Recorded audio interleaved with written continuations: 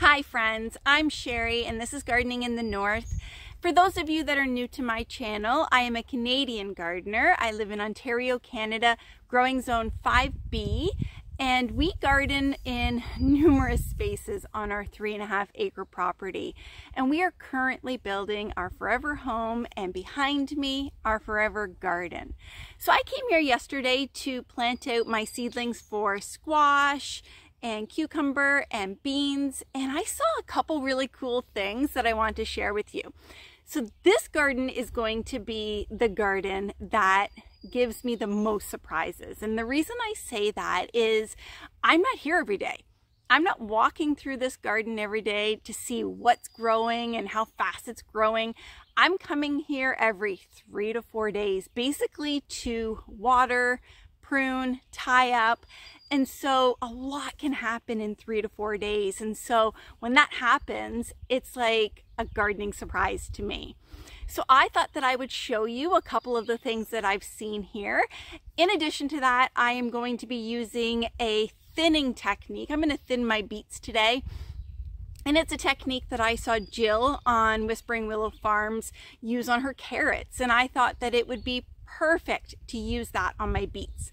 So let's take a look at the garden surprises and then let's thin out my beets. What I want to show you are the asparagus beds. So 2 weeks ago, we filled these together with asparagus crowns. You can see the little asparagus is growing there.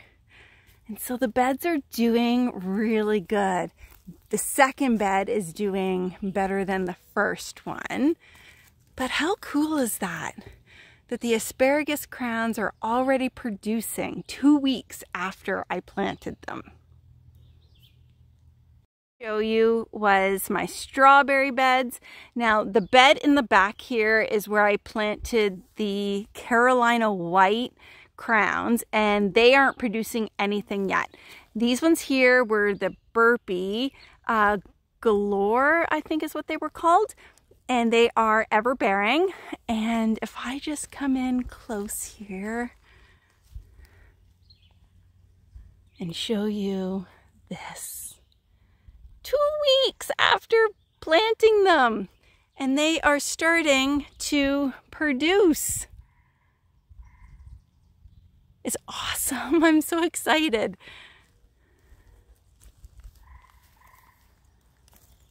The beet patch, or the beet area that we're going to be thinning out today, you will see that there are tiny little clumps of them.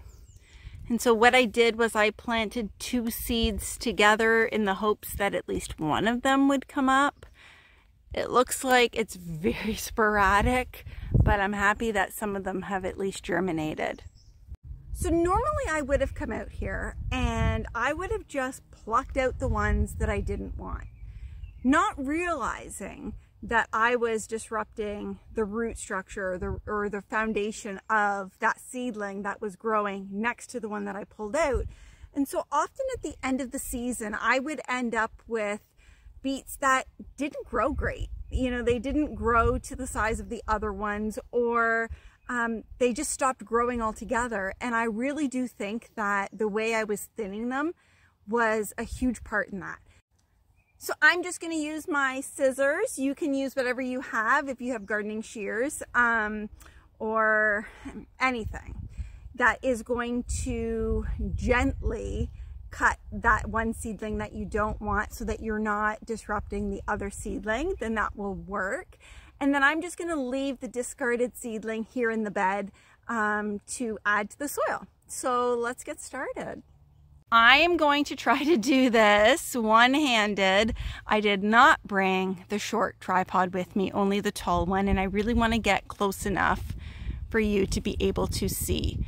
So this one here, you'll see that there is a little one beside it. So I am just going to go in and snip that. These two here, I think, are a little too close still. So again, I am going to go into this one and snip that one. Same with these two. I'm going to go in here and snip this one. And then I'm just going to carry on to the next set.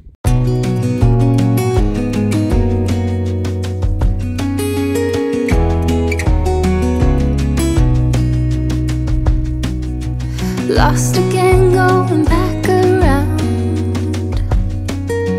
dreaming of a time when I get things right. Lost in the shadows of a million stars. Shouldn't they enlighten my near and far? Shouldn't they at all just tell me where you are? So I thought since we were out here using this new thinning technique on the beets, that we would also do my turnip. Now the turnip seeds germinated a lot better than the beet seeds. The beet seeds are about 3 years old, and these were brand new seeds. So they are pretty thick compared to the beets. So I'm going to go in and use the same technique with my scissors. I'm going to decide which ones I'm going to keep depending on how far apart they are or how close they are. And again, this is going to allow the ones that I do leave to grow big and strong. So let's thin some more.